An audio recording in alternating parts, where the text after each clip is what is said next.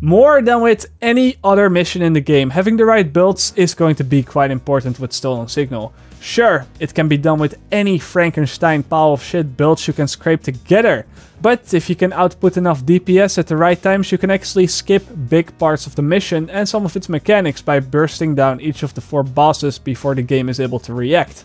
And that is also why I'm going to recommend that 3 out of the 4 players run with a PvE optimized damage build. You could run Striker, Lone Star, Sentry, whatever one it is that you like to pick, go with it, and just get a whole bunch of enemy armor damage and damage to elites stacked with it, even some purple mods as I showed in my PvE Sentry build. And then, as you probably guessed it, the last guy, he's going to have to run with a PvE Reclaimer build. And you can also go with a Tactician PvP healer. I'm not saying that that's not going to work. It's actually what I used to do before the Classified Reclaimer came out. These are just my recommendations. The Classified Reclaimer, the Striker, the Sentry, the Lone Star builds, they're going to make your life easier. All of this is to make your life easier. Despite popular belief though, you don't actually need any dedicated shield player. Not even for the last room, because at the end, the Reclaimer user can temporarily swap out the station for a shield, and then the damage guys can simply swap to a shield, and that will be strong enough. But we'll get there when we get there. That's all the way at the end of the video. Surely, if one of the DPS players can swap to a high skill power build when you get there, or when you have somebody that has a dedicated shield build ready for when you get to that last part,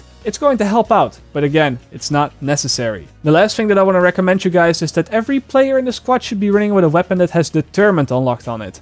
Determined is a weapon talent that gives you 7.5% of your signature skill back after getting a kill, which is very, very helpful. And if everybody is running this, you can basically always pop a signature skill. This could be a tech link, a recovery link, or a survivor link. It doesn't matter. You'll have it ready for every boss encounter. Oh, and also one more thing. Make sure that everybody is running with some sort of sniper weapon as their secondary weapon. If all goes to plan and you execute everything perfectly, then you never really have to use the sniper. But if you, for some reason, fail at doing the skips, you can't get it to work, if there's some other reason why you can't burst down the bosses, then in some situations, these bosses are going to be in positions where they're very hard to hit if you don't have a sniper. So just make sure you have one as your secondary weapon, or at least something that you have on you from your inventory. But that's the builds. So, Stolen Signal, let's get to it. Now, I don't think that anybody has a lot of trouble getting through the first few mobs and getting to the actual building. We are here in this building and we have to choose to go into any of the 3 rooms. You see 3 doors, 2 on the bottom and then 1 on the top, and each of these doors leads to a room where you will have to kill a boss. All of these bosses have to be killed, so you can't just pick one and then go with that, but you can do them in any order that you like. We're going to start off with the door on the bottom right, the one that leads to the boss named as Checkers. Now, a lot of people, again, assume that you need a shield for this first part in the hallway leading up to Checkers. You know, because there's a turret there and you need to block the damage. You need to protect the carrier of the box. And although sure, having a shield here, it's not going to hurt you, but it isn't necessary. Instead of blocking all the damage with a shield, you can also just drop an EMP grenade or an EMP sticky on the turrets, and then those turrets will be temporarily disabled and thus they're not going to do any damage. In addition to that, you can also have the whole team run in front of you and run around the player that is carrying the box, and then everybody just uses their first aid and heals up and uses triage to get all the cooldowns back up. You know how it works, pretty much like the dance that you do in PvP, but now you do it in PvE, in this hallway, to heal everybody up and make sure nobody dies to the turrets. We usually also pop a survivor link and a recovery link just to be safe, just to make sure that nobody is going down. And of course, we also use medkits when needed to combat medic each other, because the last thing that you want to do is have the box carrier pop a medkit, which then makes him drop the box and slow the whole thing down as a result of it. Also, make sure to keep an eye out on the shotgunners and the grenadier NPCs that spawn when the box carrier enters the last corridor. Not that these NPCs are so lethal, they don't really do a lot of damage, but they could stagger the box carrier, which then makes him drop the box as well. It's important that the box carrier just keeps moving and moving and moving. You don't want to be stuck picking up the box, otherwise the turrets could come back online and start to do more damage, and then you go down, you have to pick up the box again, and it just becomes a mess. As soon as the box is in the bigger box, the doors to the boss room will open and you can start the boss fight. At first, the boss will not be here though. You're going to have to kill some NPCs, a couple of heavies, a couple of shotgunners, a couple of grenadiers. But with a Reclaimer healing station in the middle of the room and with 3 damage dealers, this really shouldn't be an issue. If you're already running into issues here where you can't kill the NPCs and they're killing you, it's time for a gear check. It means that you're either very much under-geared, or that one or more players in the squad is simply underperforming. That's also possible. You could bring the right gear, but then they're not landing their shots. When you're in this room, once every while a shotgunner will also spawn that has this marker above his head, this timer. And this shotgunner is coded to attack the JTF officer hiding underneath the desk in the middle of the room. When he spawns, make sure to kill him first, because if that timer above his head runs out, he will, well, as you probably guessed it, kill the JTF, and that causes you to wipe. He is very squishy though, so it's very easy to just burst him down, but if you forget about him, that's gonna be a problem. After you've had a couple of small waves of these shotgunners and heavies and grenadiers, the sniper boss will finally spawn on the balcony, either on the right or the left side. It's completely random. But the moment that she spawns in, someone of the group needs to activate a tech link, and all 4 players of the squad should be getting close to the boss and bursting the boss down.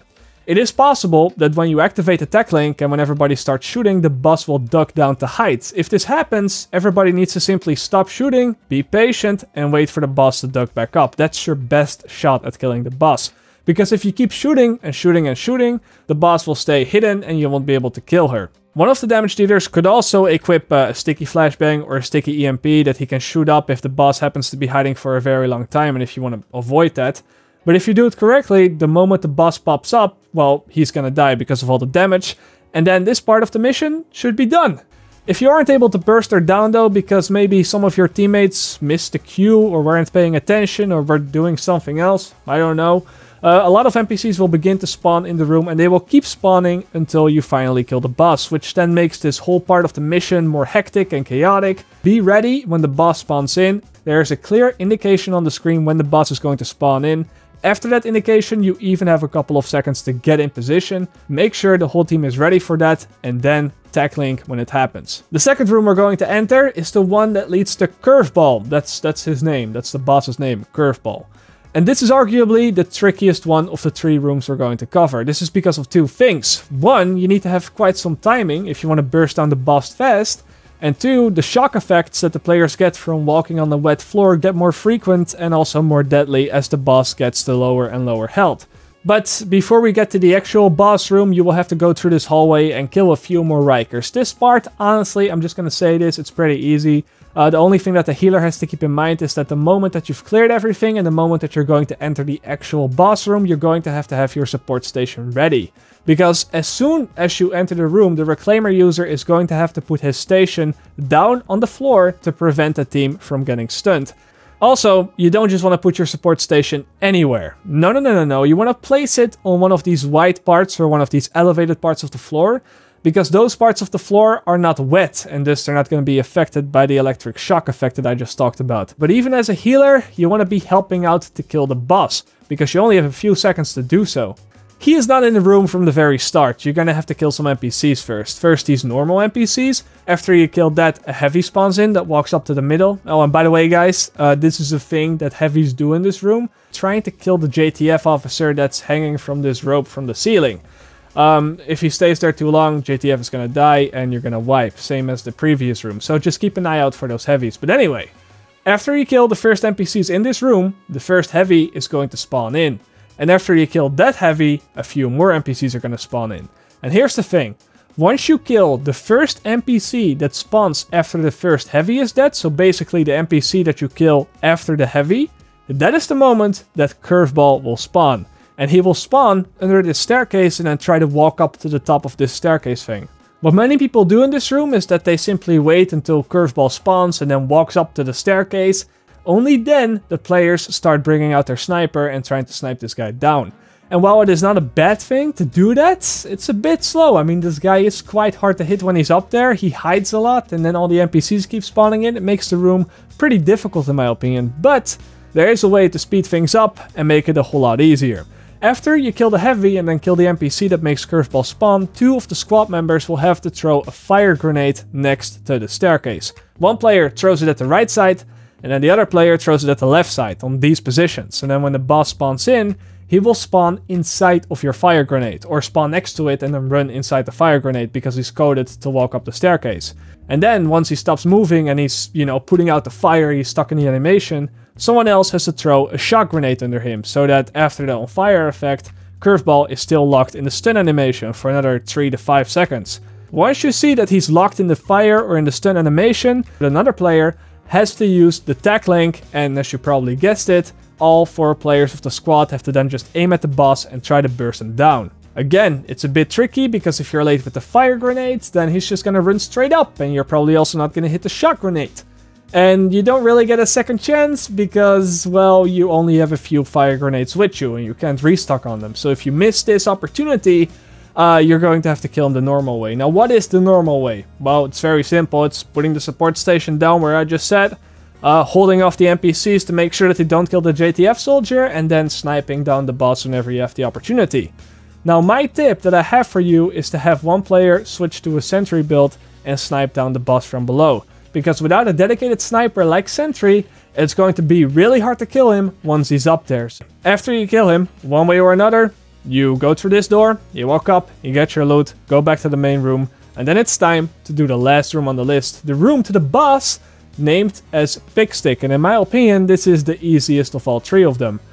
Before you get to the actual room though, just as with the other 2 rooms, you will have to fight off a few NPCs in a hallway. This hallway can be pretty tricky because there will be 2 waves, both shotgun waves with a couple of heavies, and they will just come rushing right at you.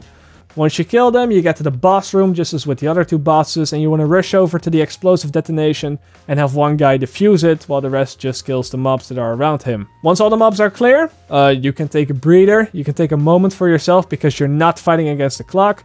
Instead, you will be tasked to free up the JTF officer that's stuck in this small room over here. The moment the player tries to do this, that's the moment when the boss will spawn in. So that's what we do. We have the damaged player rush up to where the boss is going to spawn, and then have the healer open the door when they're all ready. The boss is always going to spawn in this top area among with a few other mobs, and as soon as he does, one player is going to have to shoot up an EMP sticky in his general direction into this room. This EMP sticky in itself will do nothing to the boss, but what it will do is that it will cause a fire extinguisher in that room to explode. And that fire extinguisher is then going to disorient the boss and lock him into position, which then allows the team to pop a tech link and burst that guy down. If you were able to do enough damage though, you will get a notification on the screen that says, "Prepare for Pigstick's final attack." And in this case, he's basically just gonna come down, rushing out of the door, usually with only a very small amount of health remaining. And when he comes out, you can just finish him off with no effort.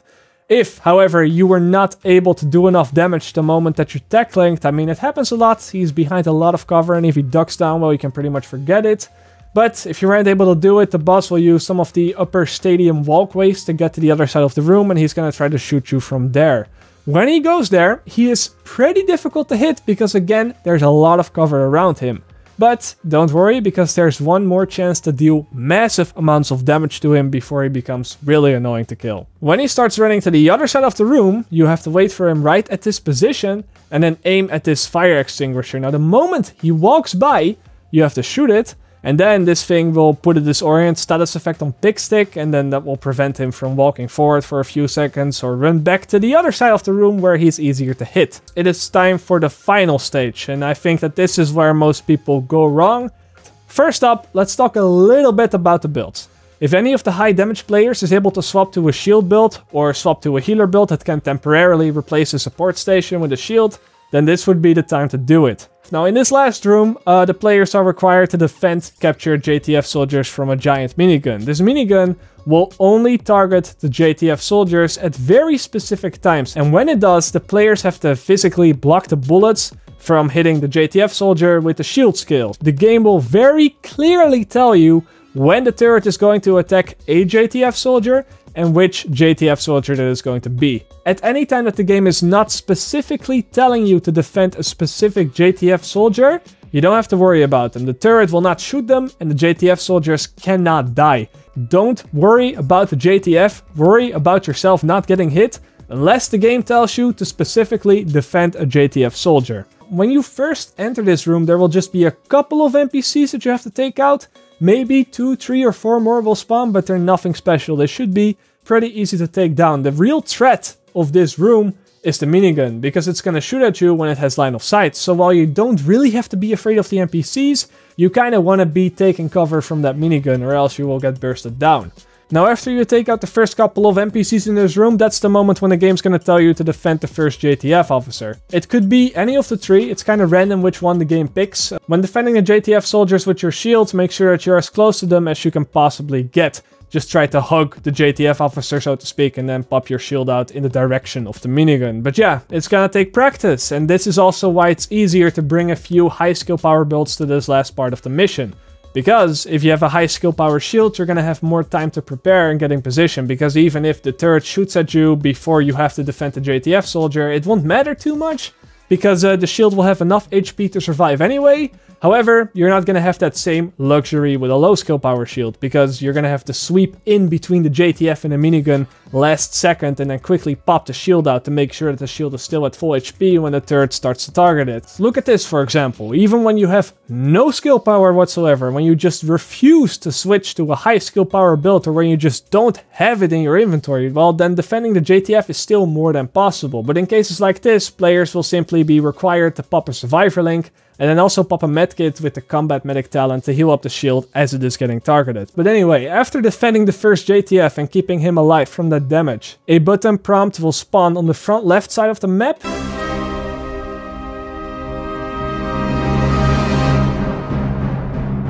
Which, after pressed, will blow up the minigun and then spawn the first named boss. The button takes a little while to press though, and the minigun will try to kill anyone pressing the button. So make sure that you have the Reclaimer shield player ready to block all of the bullets from the guy that's pressing the button. If you do it properly, look something like this, the minigun's gonna blow up, boss is gonna spawn. I recommend that you kill every NPC first before killing the boss. This is because the NPCs here are not infinite, and the mission only continues to progress after you kill the boss. Because yeah, basically what happens if you kill the boss, then another boss will spawn, he will go on the minigun, he will reactivate it, and then that boss is going to try to kill more JTF soldiers.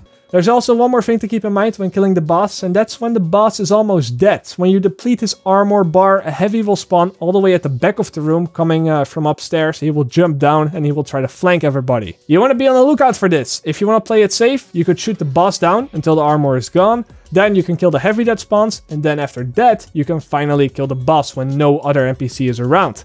From this moment on, it's rinse and repeat. JTF saved? Great. Go to the right side of the room, press that button, blow up the turret, boss will spawn, kill the NPCs, kill the heavy in the back, kill the boss, and then the last round of defending the JTF officers begins. This time you're going to have to defend all 3 JTF soldiers. There's one thing that you could take in mind, and that is that in the current version of the game, you don't actually have to defend the JTF officer in the back in this very last stage of the mission. Because for some reason he just doesn't take damage even when no one is defending him. But seeing as how I mentioned it in this video now, a developer is probably gonna watch this video at some point. They might fix this before patch 1.8, so it's best that everybody preparing for 1.8 and practicing this mission gets in the habit of defending this guy anyway, just in case that they actually do fix it before 1.8 drops. Now the moment all 3 JTF officers are safe, run to the middle of the map, to this button, have someone defend it with the shield, again preferably the high skill power player, and then have another guy press the button and blow up the minigun one last time, spawning one final boss for you to kill. In this boss wave, you're going to have infinitely spawning heavies, snipers, shotgunners and grenadiers, but you're also going to have to take on Bobcat. Now what makes Bobcat so special? What makes him such a special boy?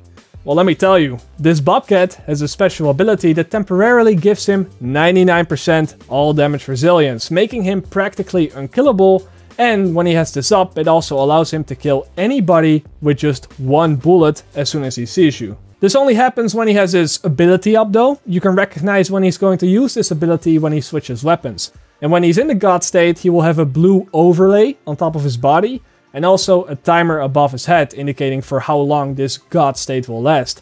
During this period, I simply recommend avoiding line of sight. Don't even shoot a single bullet at him, basically pretend he doesn't exist, but don't get too close to him, because then you're dead. If you are really coordinated with your squad, you could wait in the back of the room just after he spawns in, and then wait for him to walk up closer to you. Then have one player throw a stun grenade underneath him, so he's going to be stunned, locked in that stun animation. Have one teammate pop a tackling, and have all 4 players try to burst him down. He's really tanky, but if you're quick enough, and if you have the damage, it is possible to kill him before he activates his ability just once. But if you're inexperienced, then I don't recommend trying this out, because when you fail, well, he's gonna go God mode and he's gonna be at point blank range and will instantly kill the whole squad. Anyway, after you take him down, you have to clear up the remaining NPCs, and then you can finally take a breath again, because you did it!